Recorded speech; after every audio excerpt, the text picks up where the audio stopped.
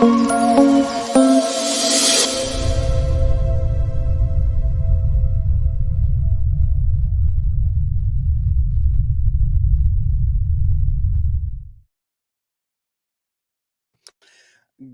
morning, monsters, and welcome to another episode of Monsters on the Edge on the Untold Radio Network. Just looking over here, man, the chat is already hopping already. From last week, Val says that Steve was right on the ball with Mothman Festival being a great time and a lot of people. So, Steve, if you're watching this episode, kudos to you. Good job. She also says hello to our guest today, Lyle. And a lot of hellos. Good morning, Rez and Steve and Charlotte. Thank you again, Charlotte, for being a YouTube. I can't think of what that's called. The YouTube subscriber. Super chats. There you go. YouTube super chat subscriber. Thanks, man. Lot of highs, hellos, and awesome. There was one in here.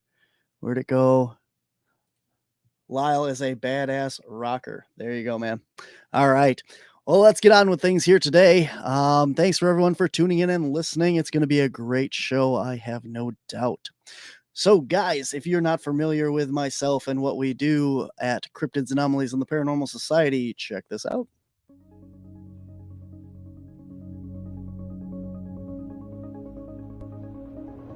Are you interested in the paranormal, ghosts, spirits, and the metaphysical? How about Mothman, Bigfoot, and other cryptids?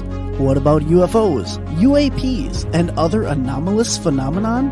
Then you need to check out Cryptids Anomalies and the Paranormal Society. We have all that and more. Watch our series Caps Road Trip, where we travel across the U.S. in search of these phenomena and bring you not only the history of these locations, events, and encounters, but evidence that we capture along the way. Alongside our team of researchers and investigators, you never know who will be joining in on the investigations. Are you interested in Bigfoot in Upper Michigan? Check out Finding Heighten, a series documenting the Sasquatch activity on a very special 80-acre property just outside of Menominee that has been a hotspot since 2012. Want even more? Check out our podcasts. Whispers from the Dark is the official podcast of Cryptids Anomalies and the Paranormal Society and brings you interviews with the top names in the field of paranormal to cryptids and more. Hear witnesses' accounts and go in depth with the CAPS team to hear more about our ongoing research. Are you more into cryptids? Find links to our all cryptid show, Monsters on the Edge, on the Untold Radio Network. If you're into spooky, subscribe now and you won't miss a minute of our brand new series coming soon, Spirits of Macville. Follow along as we uncover the haunted history dating back to 1877 of a very well-known location you may have never guessed would be haunted. Head on over to YouTube and hit that subscribe button and you won't miss a minute. And if you want to show your support for everything we do, head on over to wisconsincaps.com, click on Shop Our Store. There you can show off your support with all of our swag, all of our t-shirts and merchandise and such there. You can also follow us at Wisconsin Caps on Patreon, Facebook, Twitter, TikTok, and YouTube, or WI Caps on Instagram. Guys, this weekend, 3-day huge event in Glen Beulah, Wisconsin. It is the Great Lakes Paranormal Conference, and myself and my guest today will be speakers at that event. I will be right away, 9 a.m., I believe it's 9 a.m., on Friday, and my guest will be at 10:30 on Saturday. So if you guys want to come check that out, we will be out there along as Jason and Sherry from Ghost Hunters, Dave Schrader, Sarah, I can't talk this morning again, Sarah Lemos, Jeff Belanger, Shane Pittman, some great Wisconsin legends, Tobias Whalen, Chad Lewis, Christina Bloom, Dayette Renee, Jeff Finnup, and Mike Huberty will all be there as well. Oh, and Adam Berry, missed him up there. So guys, that is this coming weekend in Glen Beulah, Wisconsin. Come on in out and check it out. October 6th, I will be giving a presentation at the Kenosha Public Library. Go check that out as well. And October the 14th, we are going to be at the Milwaukee Paranormal Conference in Milwaukee, Wisconsin. And that Sunday, the 15th, we will also be doing a Bigfoot informational hike and out in the Milwaukee area. Information will be on MilwaukeeParacon.com for that as well. And then, guys, we head down to Lexington, Kentucky for CryptidCon November 18th and 19th. So that's what we got coming up. If you guys want to show your support for the Untold Radio Network, here's how. Hey, Untold Radio Network fans. Want exclusive perks and to support our channel? Introducing our YouTube membership program with 3 amazing levels. Get loyalty badges that level up to different cryptids the longer you're a supporter. How cool is that? You'll also get access to custom Bigfoot emojis and priority in chat. Upgrade to Backstage Pass for exclusive wallpapers, photos, status updates, discounted books, and merchandise. Go all in with the producer level for everything mentioned plus member shoutouts. Ready for an enhanced experience? Join now, pick your membership level, and let's make this journey even more exciting together.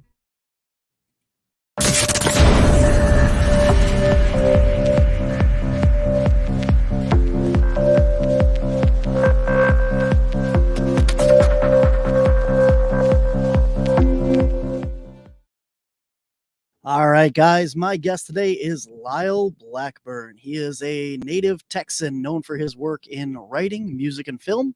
He is the author of several acclaimed books such as The Beast of Boggy Creek and Sinister Swamps, whose subject matter reflects his lifelong fascination with legends and sighting reports of mysterious creatures. Lyle is also the founder of the rock band Ghoul Town and narrator of documentary films including The Mothman of Point Pleasant and The Bray Road Beast. Lyle is a frequent guest on radio programs such as Coast to Coast AM and has appeared on television shows including The Unexplained, Monsters and Mysteries in America, Strange Evidence, Finding Bigfoot, and The Last Drive-In with Joe Bob Briggs. When Lyle isn't writing books, hunting monsters, or performing with his band, he can be found speaking at various cryptozoology conferences and horror conventions around the United States. Just look for his trademark black cowboy hat. All right, and now, ladies and gentlemen, please welcome to the show, Lyle Blackburn. All right, and I'm wearing the hat, so people know who I am. That's good. We wouldn't recognize you without it, so there you go. Really, for real. Oh, man. It's good to have you on the show, man. I got the chance to meet you at the Frogman Fest. Nope, not Frogman. Small Town Monsters Festival. Mothman and not Moth. I'm done. It's a lot of similarities of names and so forth. Frogman and Small Town Monsters were both in Ohio, and I'm getting them mixed up which one. So there we go. So it was Small Town Monsters. There we go. So, and we're going to be together this weekend for the Glenbeulah Great Lakes Paranormal Conference. So right on. Looking forward to that and getting up there way north from Texas and hanging out with some folks I haven't seen in a while, except for Chad Lewis, because he was down here in Texas a few weeks ago and even come by my house to hang out. But yeah, that should be a cool event. Awesome. Do you know, I know we were kind of talking off air before the show. Do you know what you're going to talk on this weekend? I think I'm going to do a sort of a top 10 cryptids presentation. That way I kind of cover everything. And I've done that a few times, and it's good for this kind of event where you've got cryptid fans, but you've also got, a variety of other paranormal interests. And this is a really fun one where I kind of just give a rundown of at least my opinion of the top 10, or at least most famous cryptids. And it's fun to have people guessing which one is next, in the list as I go up from 10 to number 1. Awesome. Very cool. And that is going to be Saturday morning at 10:30 for you guys that want to come out and check that out. And that will be awesome. Let's see. Monster Radio says the Wendigo better make the top 10 list. I better make sure. Here's a comment I'm sure you get a lot. Wasn't there another cryptozoologist that wears a similar hat?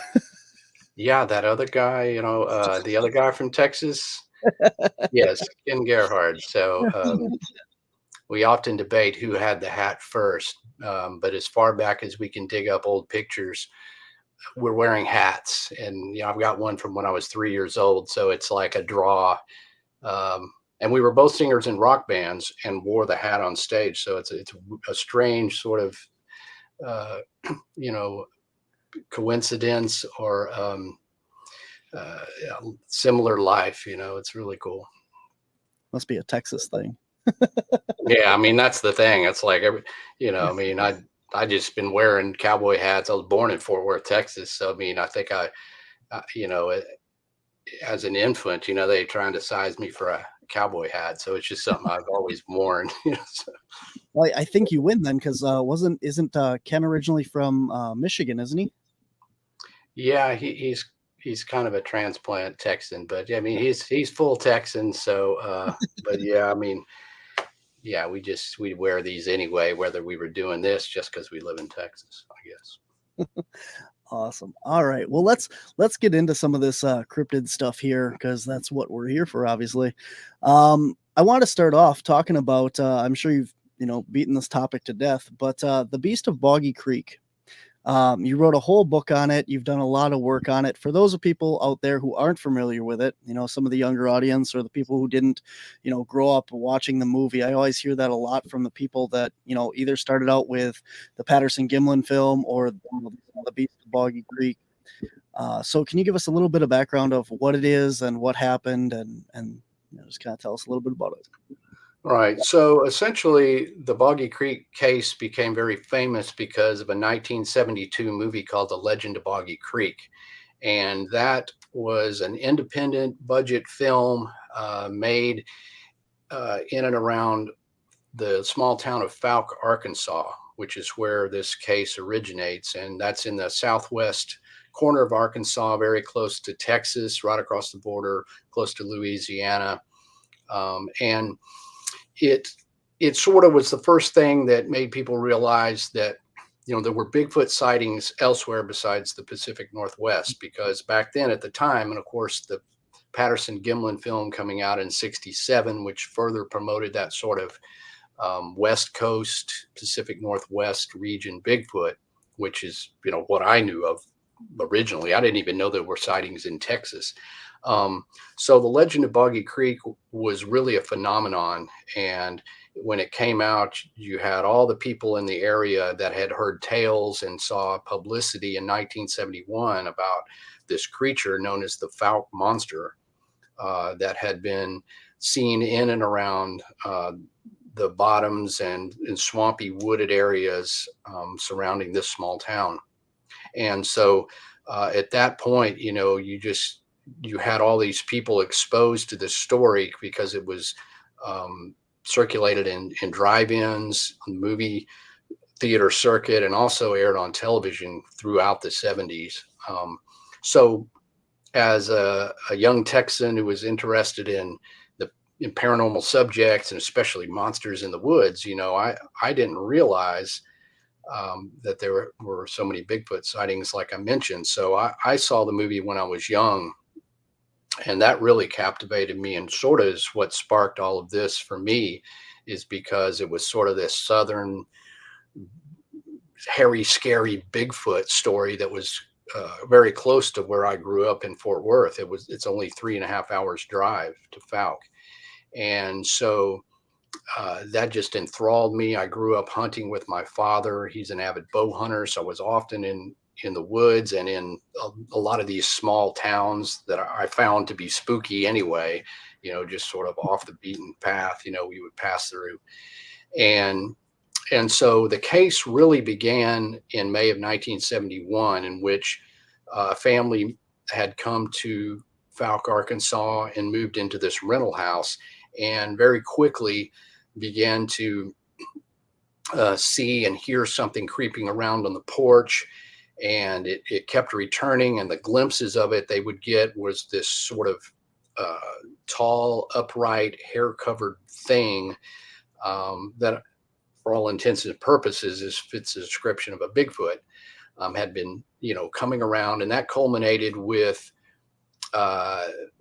them shooting at it, and then this thing attacking this guy, Bobby Ford, and him being transported to the hospital where, you try to explain to the doctor why he's there. He's all scratched up and beat up and in shock. And you say, well, he was attacked by a big hairy monster down in Fouke. Well, that kind of just sparked all of this newspaper coverage. And then you had sightings occurring in the weeks that followed by other citizens who saw this big hairy thing run across the road. It was seen near Boggy Creek, which is just a small little waterway, but a place where a lot of the sightings had occurred. Then some of the old timers said, well, this isn't the first time there had been sightings. These date back decades, and there had been monster hunts and more significant sightings and people shooting at it. But it had just never been made public because they didn't. I mean, these are people that live out in the Sulphur River bottoms. They weren't going to the newspaper. So it wasn't really till 1971 till the whole story came out.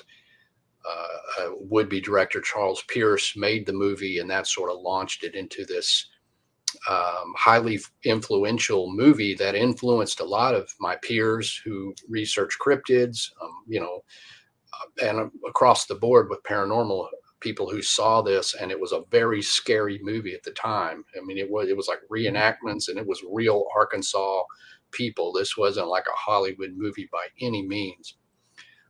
So this was influential to a lot of people who later went on to write books and do this kind of research. Wow. So to this date, are there still sightings down there in Fouke, Arkansas? Yes, actually there are. And that was kind of a misconception. And even myself, when I set out to start researching and writing the book, which I thought would be mostly history, not only just about the history of the sightings of the creature, but about the whole movie and how it was. I mean, this thing made $25 million in the box office. So there's an interesting story and how it transformed the town. But as I started to research and go up there and talk to people and talk to historians and people whose parents had sightings, I began to realize that other people had sightings, in the 80s and the 90s and on. It had just not been highly publicized because there really wasn't a vehicle to publicize those, because unless somebody's making a movie and the Texarkana Gazette newspaper, kind of do a recap, but they weren't, they had kind of moved on. So that's became my role, is to sort of document not only the early stuff, to which there's much more that wasn't in the movie, but as well these ongoing sightings. And I mean, there's been some, really all the way up, and I get sighting reports every year that I investigate from credible people. Wow.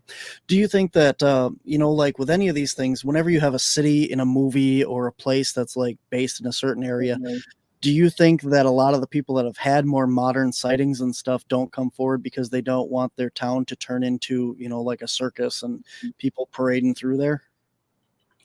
Well, I think in the case of these towns as a whole, some of the citizens think it's great and embrace it, while a lot of them are more embarrassed by it or think it's just a bunch of nonsense. So, as for the town itself to want to embrace this, some do. Point Pleasant, Mothman Festival and stuff like that.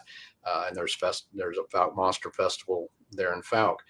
But I think individuals are less about whether they think people are going to come to the town and more about their own reputations and things, or whether they want to say that they had seen something like that or not. And in the past, I think in some of those early accounts of this and other things, people were really reluctant to say they had seen something because people were more likely to think you're crazy. I saw this big hairy ape in the woods.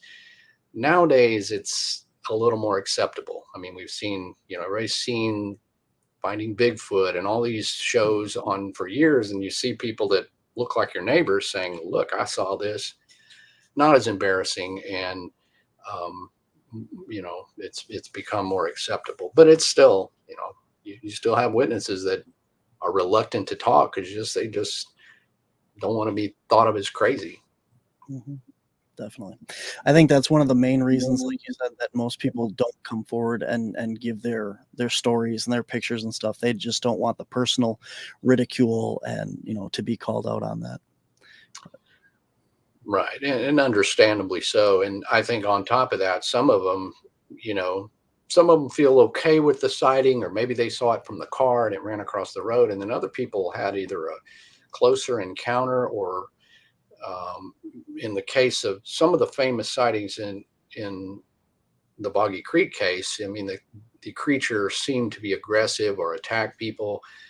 And, these people have had a traumatic experience. So they have another level of this, and not necessarily whether they think people are going to believe or not, but it's traumatic to them, with the nightmares and all that. So sometimes they just don't want to talk about it anymore because they're just trying to forget it. Mm-hmm. So you said that you've gone up and interviewed people in the Boggy Creek area and stuff. Have you found any evidence personally up there? Had any sightings, audio, anything? Yeah, there's been quite a few things that have happened over the years. And I first started doing the research for this book around 2009. So it's been many years of going up there and not only interviewing people, but going into the areas where it's been sighted and canoeing up the swamps and camping and all that. I've found a few pretty good looking tracks over the years that we believe could be the creature. One case, there was some girls found a trackway that led down to the Sulphur River, and the Sulphur River is kind of a major waterway there that Boggy Creek and all that is part of. And there was a trackway, and it stopped at the river, and you could see deer tracks. It looked like this thing had been chasing a deer, and the deer literally slid and fell into the river, which is, for a deer to jump in the river, it's got to be scared by something. Mm-hmm. But you could see these they weren't very well defined because I think the thing was running, but you could fully see these large 15-inch tracks. So I looked at those, and myself and my late research partner, Tom, were up there several years ago. It was around midnight, and we often canoed up the bayou channels so we could just get way out there. And we would do this at all hours of the night or whatever.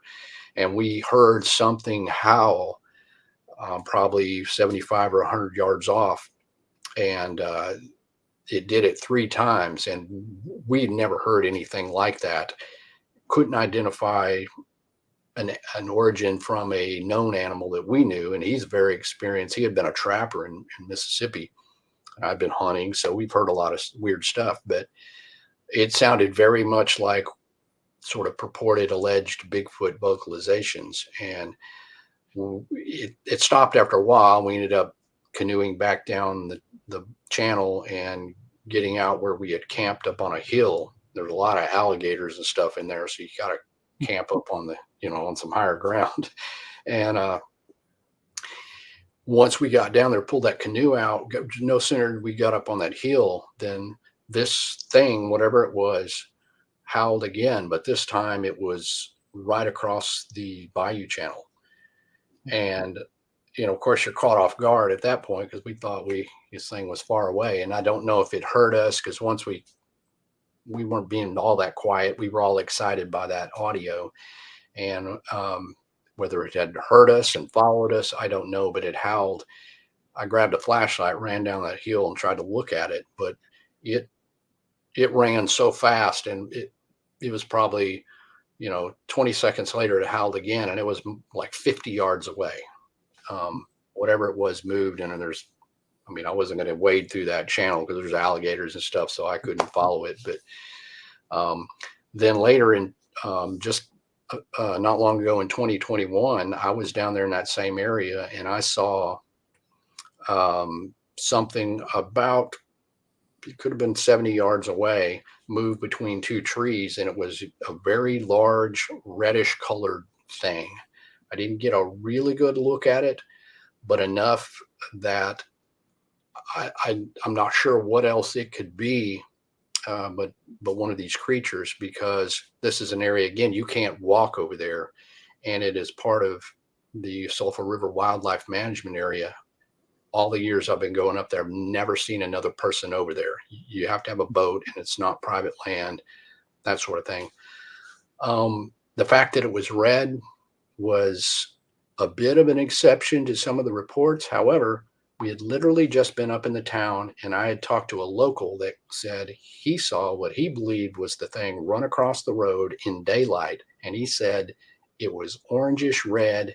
And he goes, it kind of looked like an orangutan to me.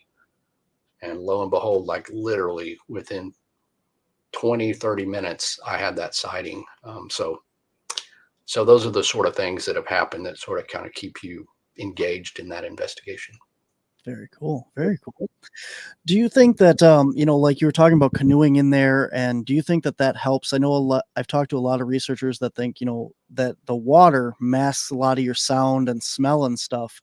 And do you purposely use that? I know you said it was hard to get in there, but do you purposely use that as trying to mask you coming in to get more of a, like sneaking up on these things? Yeah. I mean, that's kind of the thought behind it. I mean, really two things. We just like it because it seems spooky and awesome to go out there. But yes, you're kind of penetrating further into the more remote parts. And it's already remote. I mean, the campground is already, this isn't a public campground. This is like already in the middle of the woods. And then you paddle up the bayou, you are way, way out there in the Sulphur River bottoms. So yeah, we're able to penetrate that a little more stealthy, a little more quiet, and just be in that zone where, in my opinion, if these things exist, that's where they are based and surviving in the deeper parts of the swamp. But that if that doesn't result in us proving it or something a little bit better, I mean, you literally have other people who have just been driving down the county road to their home and see it. Or you had one really good sighting by a paper delivery person delivering papers for the Texarkana Gazette that saw this thing run across the road at like 4 a.m. So, you can kind of take your choice. You could get a paper out and get paid while you have a chance of seeing it, or you can, risk life and limb to paddle up right next to alligators and get out there. I don't know which has a better chance, but certainly we try to cover all those bases and really get in there to the place where we believe the creatures live.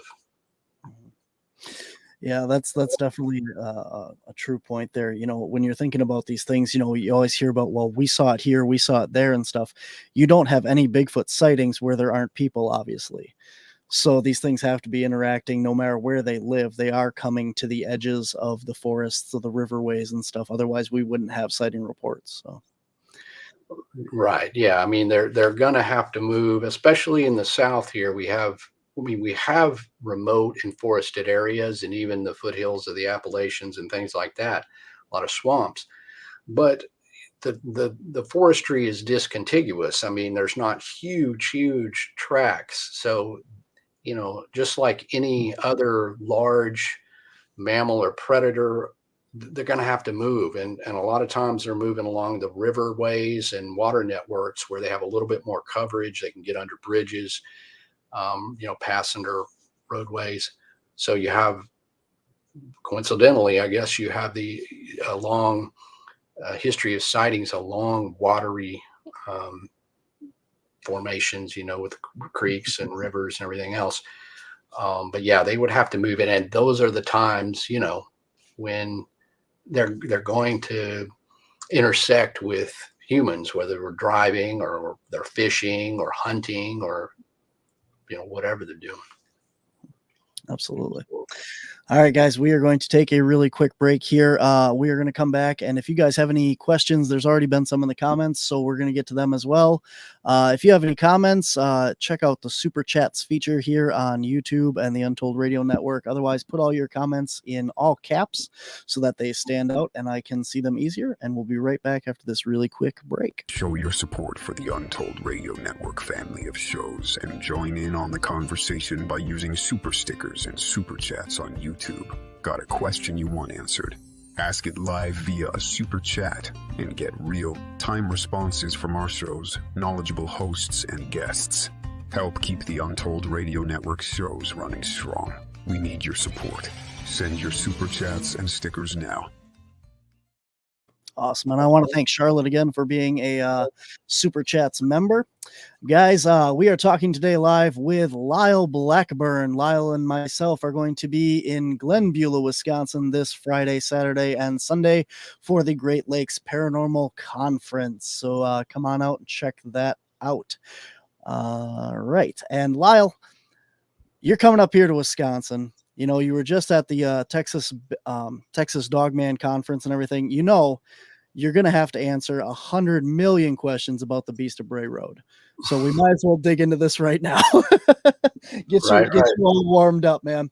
So what do you think about the whole Dogman creatures and the whole sighting reports of that? Tell us about, you know, what do you think about all that? Well, Dogman is certainly something that has become quite a popular subject in the last 4 to 5 years, really. Prior to that, you know, and I've been investigating and following these subjects for quite some time, most of those reports are few and far between, and most of them concentrated on the Bray Road area that was investigated by our late colleague, Linda Godfrey. Well, you know, when I first came across that case and read her articles and the early books, you know, it is definitely something, there's something to that. And she was a very good investigative journalist. And she was kind of coming at it not from somebody who believed in these creatures.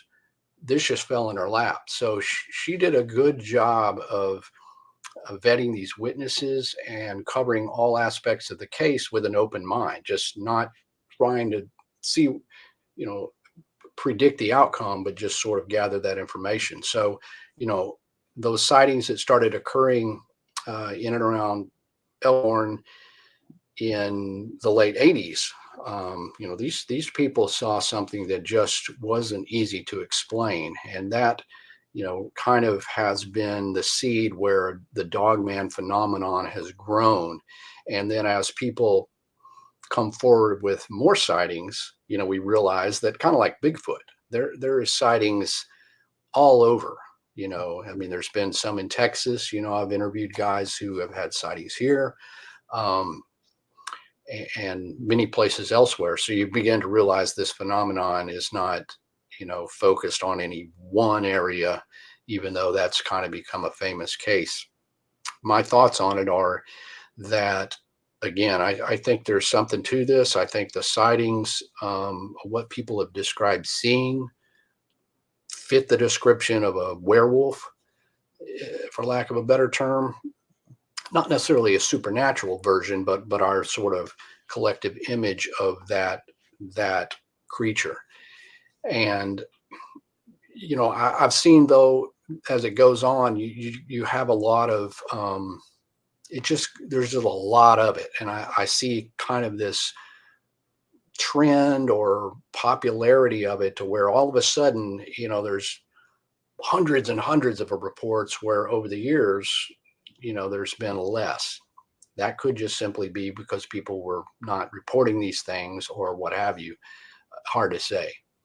But at the core, there's definitely something to this. People are seeing something, and they're seeing something that doesn't make a lot of sense biologically.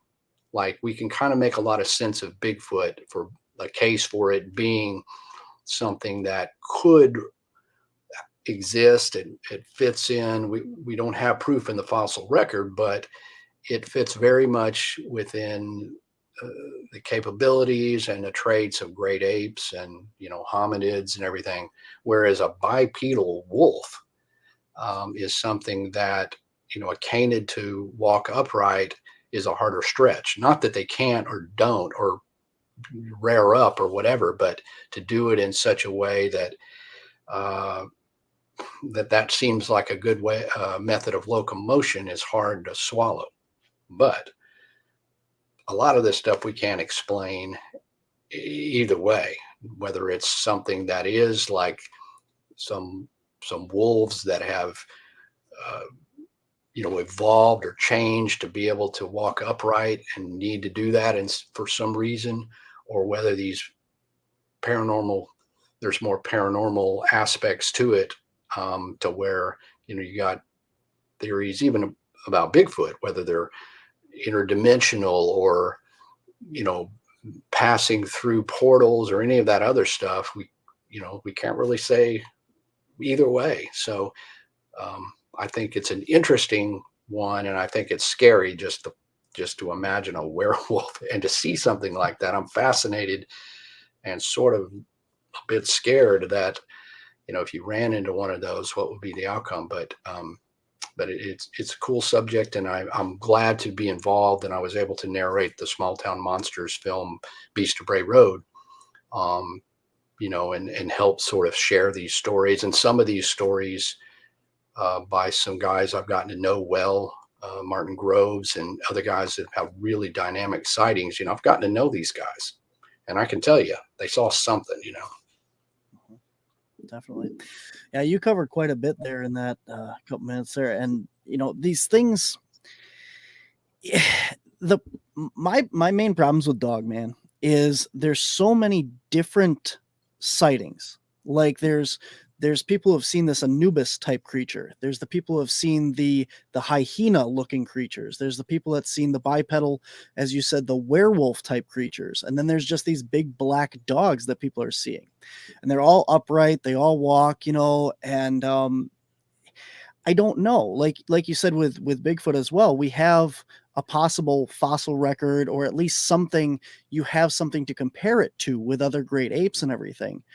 But there's just nothing with Bigfoot, or I'm sorry, Dogman, that you can look back and say, this is possibly what it is. I know I've heard like the dire wolf as a possibility to where these things came from, but I don't know. Going along this topic, Lee would like to know, do you believe that Dogmen are natural made beings, or do you think that they're supernatural? Well, again, it's just an opinion. And to your point, that is a problem when you have so many conflicting descriptions. Mm-hmm. I mean, granted, most people are seeing this quickly or in the dark. We just don't have enough basis to really make any definitive conclusion. So, again, if people are seeing this, then we have to entertain that there must be some other possibilities outside of just being a natural creature. Because if they were all just these really large wolves and sometimes they walked upright in a very consistent description, I would say, these are just anomalies of nature, and there's some canids that have evolved in such a way. But when you're talking about the wide range of where they're reported, all the descriptions and the fantastic things that they have been reported to do, you just got to say this does not seem like a natural biological creature. So I never try to convince anybody that I know all the answers, of course, but in my opinion, that I think maybe some of these in more of a black dog category could be just that, biological terrestrial creatures. In some of these more fantastical ones, if that's what people are seeing, it's something, I wouldn't say supernatural, but something more unnatural, or definitely more unexplained than we have the ability to explain right now. Monster Radio would like to know, do you perhaps think that some of these Dogman sightings are just misidentified Bigfoot? Well, I mean, that's a possibility. And I think that can go both ways. again, a lot of these sightings, it's a quick glimpse, it was dark. I saw it in the headlights, or it went between two trees. I mean, it was big and hairy. So naturally there's going to be misidentification there. And that, even with bears and other things. So, but I think there's been enough sightings and descriptions. Even if you throw out 90% of them, you look at 10% of them, it just doesn't seem like that was a Bigfoot. And I think people kind of know what the profile of a Bigfoot is. And for say, go back to the Bray Road, those people, they didn't say it was ape-like or anything else. They didn't say it looked like a Bigfoot. They said very much it looked like this wolf, canine looking creature. So I don't think we can explain all dogman sightings away by saying misidentified Bigfoot, I think Linda writes a lot about as well that a lot of those sightings, there was like claw marks on the sides of the cars, and you get that a lot in these things. People have physical evidence of being scratched, or their houses or vehicles being scratched, and you don't have that kind of activity really reported in Bigfoot, do you? No, I mean, conceivably Bigfoot does not have claws, and anytime that somebody says they do, I find those to be less credible, because there's just the vast majority of reports they're much more human-like, if you will, and their hands are similar.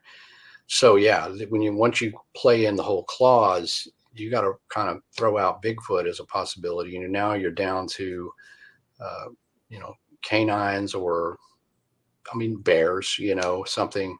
And I think that the only, I think if somebody saw a bear that has mange and has no hair, you saw that in the dark and it was upright, it would definitely look werewolf-like. So I think that's one possibility. People have had sightings of those, but again, that's only that may dismiss a few, but it doesn't explain the thing on a whole. We just simply don't have that many hairless bears running around. So that doesn't explain it either.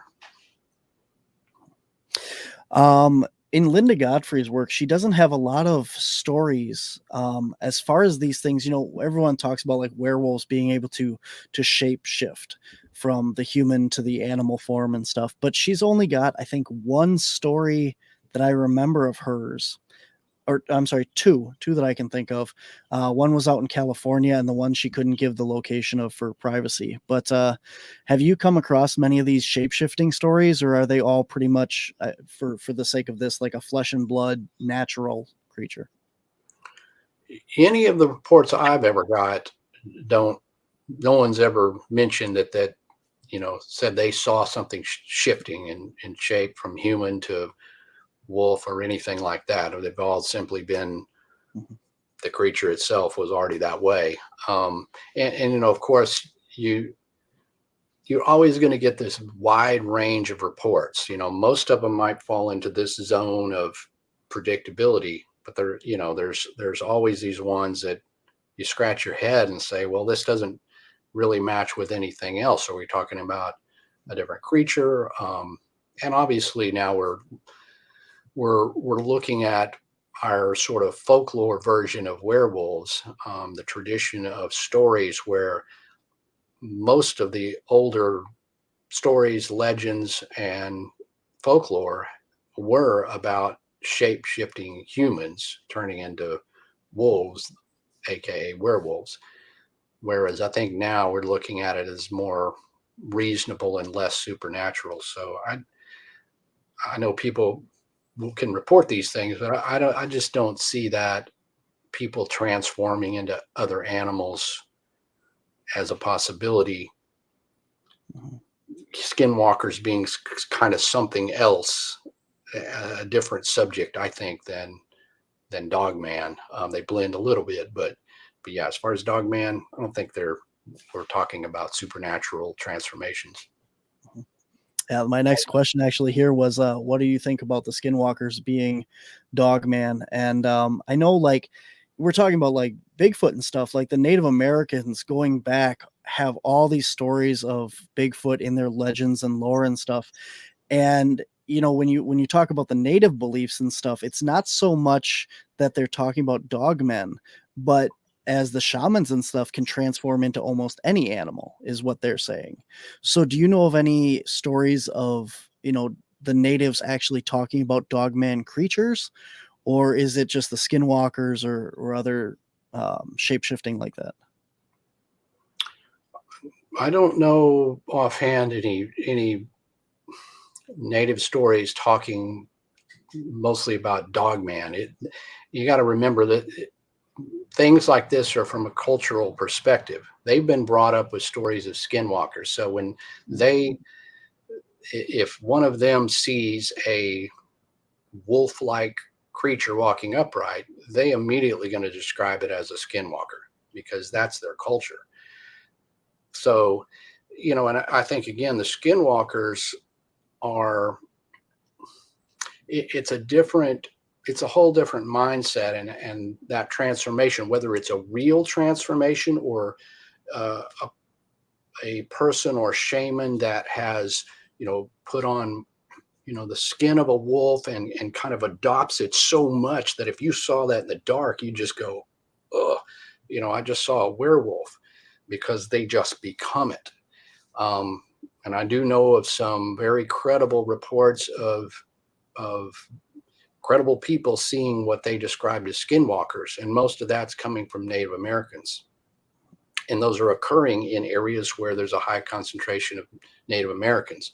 The fact that we have dogman sightings going on all over the place, not just on reservations or where that just seems like we cannot use skinwalkers.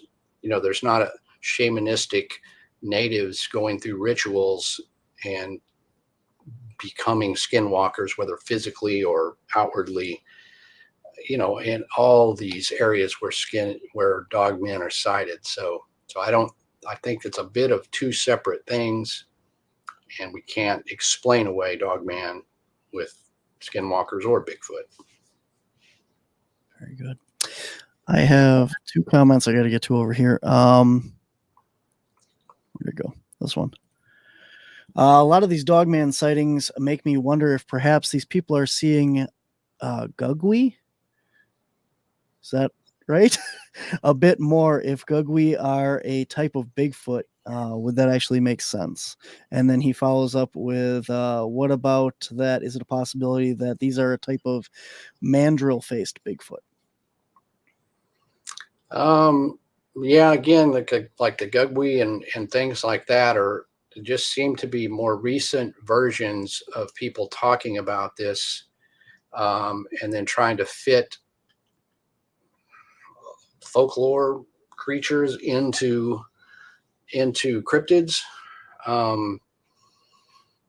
And also the more variations of all these different creatures, devil monkeys and wendigos and gugwies and all this stuff, it starts to be harder to just imagine that this is possible. Like if again, we go back to that, if the descriptions are consistent, and there's something that's constantly reported, you can say, okay, yeah, this sounds like people are seeing something. With Bigfoot as well, there's so many beliefs and variations in it that it starts to be like one type is hard enough to explain. How are we explaining all these others? So certainly to his point, that if you saw a Bigfoot with a mandrill type face, a snout and other things, and you saw it briefly, you may say, yeah, that looked like a dog man. So, but the point becomes like, are there all those variations of Bigfoot out there? First, you have to say, accept that before you can start saying those are also explaining other cryptids, because we're explaining cryptids with cryptids where we haven't really provided a reasonable enough proof or speculation that there are so many types, because most of the reports, Bigfoot, other than the hair color and of course height variation, they're going to grow. They do fall into a similarity. It's those fringe reports that become really hard to explain. And once you throw those into the puzzle, it just becomes almost unsolvable. So I just kind of concentrate on what I see as the most consistent and logical descriptions, and concentrate on the credibility and logging those sightings, I guess. Going along with the whole one sighting for another, you can't write off Bigfoot as a dog man and so forth. You think that people are seeing escaped kangaroos? And I mean, when you're talking about all these reports, how many escaped kangaroos are out there? Right. I remember reading in that book, The Unexplained, Jerome Clark and Lauren Coleman, and they had a section in there about people seeing kangaroos. And I always thought, wow, that's crazy. And it would be weird if you saw one. So yes, there have been sightings of kangaroos. And I think if you saw one now, again, you got to think, like I said, about what is your cultural perception. 15 years ago, if you had never heard of a dog man and you saw that, you would say, well, it's not a Bigfoot, it's some weird thing, or a kangaroo. Now, everybody's got dog man on the brain. You're thinking about it from a different viewpoint. And if you want to see a dog man and you saw a kangaroo very briefly in the woods, your mind, that's what it may imagine, because that's kind of your framework. So yes, I think if somebody saw a kangaroo, it could be mistaken for a dog man, but there can't be that many kangaroos. There's been all these dog man sightings. There certainly can't be that many kangaroos, because you're not also getting people saying, I saw a kangaroo hop across the road the other day. So again, it might explain a couple of them, but certainly can't account for all of it. Yeah. I mean, how many wild kangaroos are out there? I'm sure there's a few, but and then at that point, I'm led on two different things here with this. Is if you're seeing this kangaroo, well, what's to say it's not a deer? Because deer heads, kangaroo heads would be very similar, kind of a brownish color, long ears. So now, well, maybe it's not a dog man, it's a kangaroo. Maybe it's not a kangaroo, it's just a deer, and we're going down that road. And I think a lot of these dogman reports primarily are like black dogs. And how many black kangaroos have you seen? So, right. Yeah, I agree. They're so light colored that I just can't imagine that people, because by and large, yeah, the descriptions of dogman, they've got brown hair, black hair. So, now I was up in Falk last weekend, actually filming a television episode for something. And I talked to one of the locals. I always catch up with them. What's going on? What you seen? A guy said, man, I saw a black deer. And they exist, but they're super rare. And my dad's been hunting for like 70 years. I don't think he's ever seen one. But that was cool that they saw a black deer. But yeah, the kangaroo thing is cool. I thought for a minute maybe I should write a book on kangaroo sightings, but there just wasn't enough, right?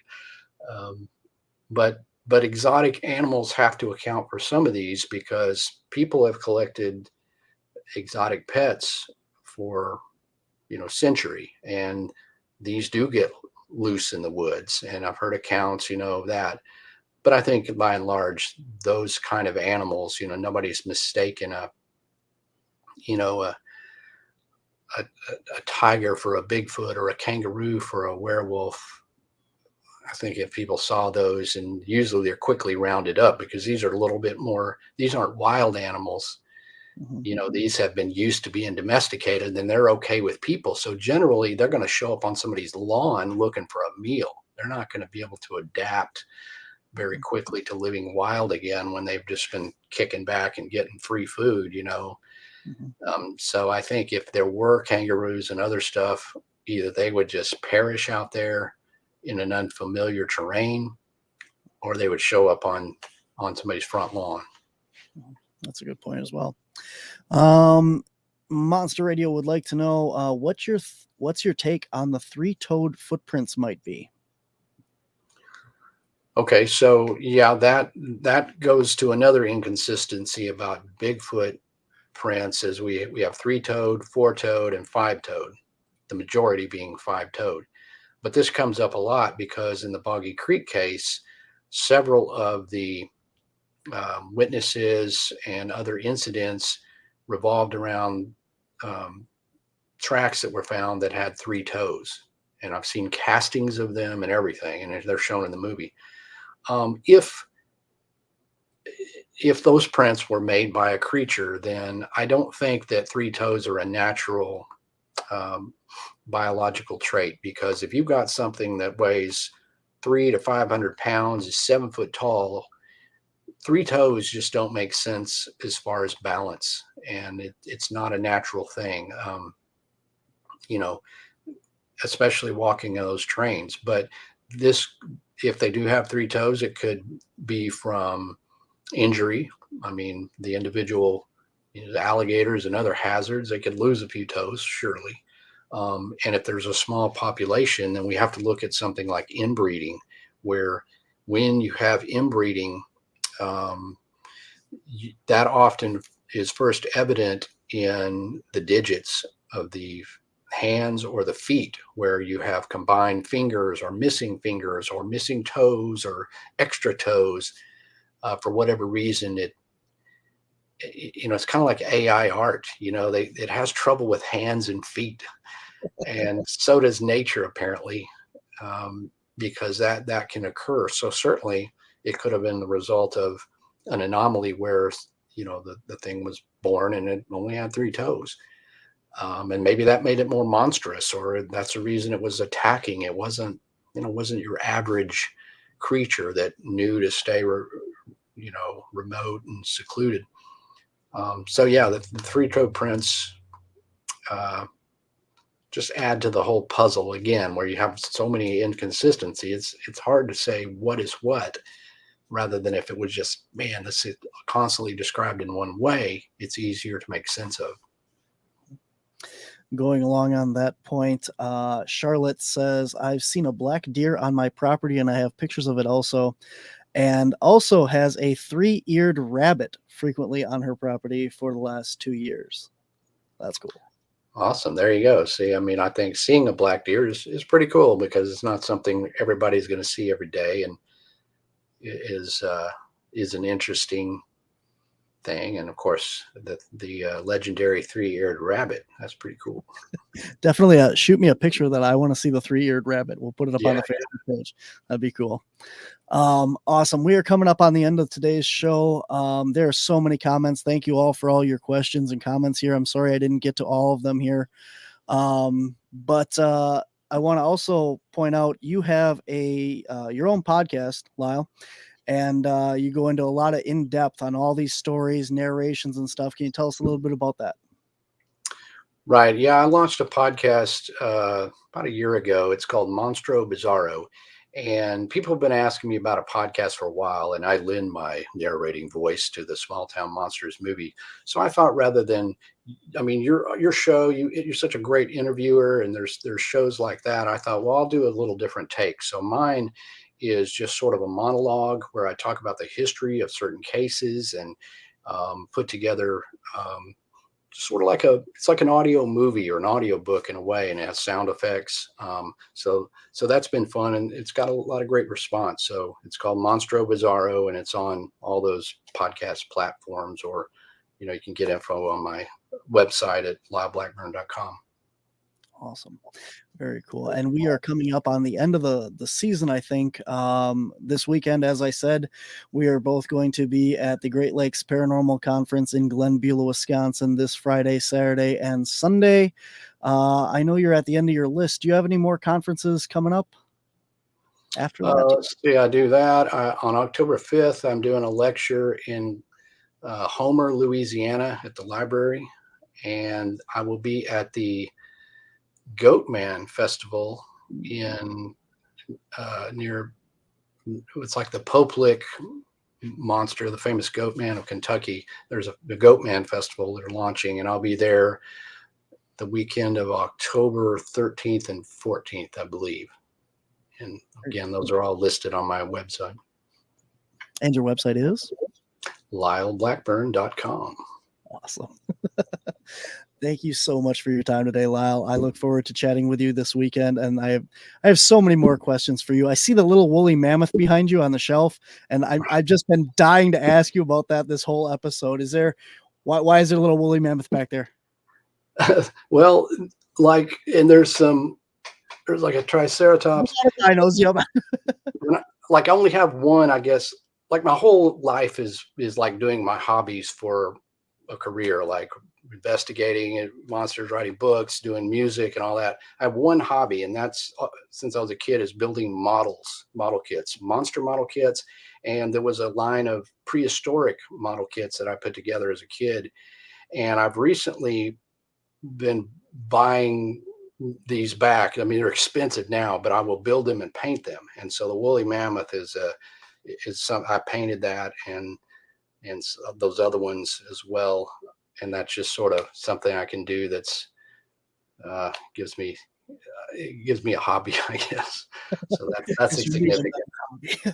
And I can paint them a lot better than I could when I was a kid. Those didn't look so good. Awesome, man. Awesome. I love it. I want to tell you also, I've seen your monster room with all the classic monsters and stuff online, and quite the collections are awesome. Thank you. Yeah, people comment on that. I've got this I try to build that up because that way if I do an interview, they want to use this as the backdrop so I can get them to come here and I don't have to travel. But yeah, that's cool. So, but I look forward to seeing you this weekend. That's going to be super cool. And it looks like a great conference. Sounds good, man. All right. I will talk to you this weekend. And for everyone, again, come out and check it out. I will be speaking on Friday at 9 a.m. at the Great Lakes Paranormal Conference, Glen Beulah, Wisconsin. And Lyle will be at 10:30 on Saturday. And I'm not going to go down the list of everyone else, but there you can see the lineup of everyone else that's going to be there. Ghost hunters and local authors and stuff. We got Chad Lewis, Tobias Wayland, Mike Huberty, all here from Wisconsin, Sarah Lemos, Dave Schrader, Jeff Belanger, Adam Barry, and everybody else that's on there. Come out and check it out. It's going to be a great time. So, Lyle, thank you so much for your time. And I got to have you back because we got to talk chupacabras. Absolutely. Anytime, man. Awesome. I'll talk to you this weekend, man. Right, Take care. All right, guys, that does it for this week's episode. Lyle Blackburn, check it out, lyleblackburn.com, and come on out to the Great Lakes Paranormal Conference this weekend. If you're anywhere near Wisconsin, it is the inaugural one of that, and there's a lot of paranormal stuff going on, some ghost hunting. There might still be tickets for that, so check that out, and just search Great Lakes Paranormal Conference, and that'll all come up. Coming up next week on our show right here at noon Central Time, we are going to be talking to Terry Cullen. Terry Cullen is the man responsible for bringing the Minnesota Iceman to the forefront and not discovering it, but bringing it out to the public and saying that this is something that should be looked into and researched. But Terry is actually going to be coming on next week to talk about the thylacine, or the Tasmanian tiger, and some of the ongoing research and investigating that they are doing with that. So it should be a very interesting show if you're into the thylacine or Tasmanian tiger. That will be next week right here on The Edge. Monsters on the Edge, with monsters, all that. So until next week, guys, thanks for watching the show. And if you come out to Glen Beulah this weekend, I'll see you there, as well as Lyle. So until next time, I'll see you on The Edge.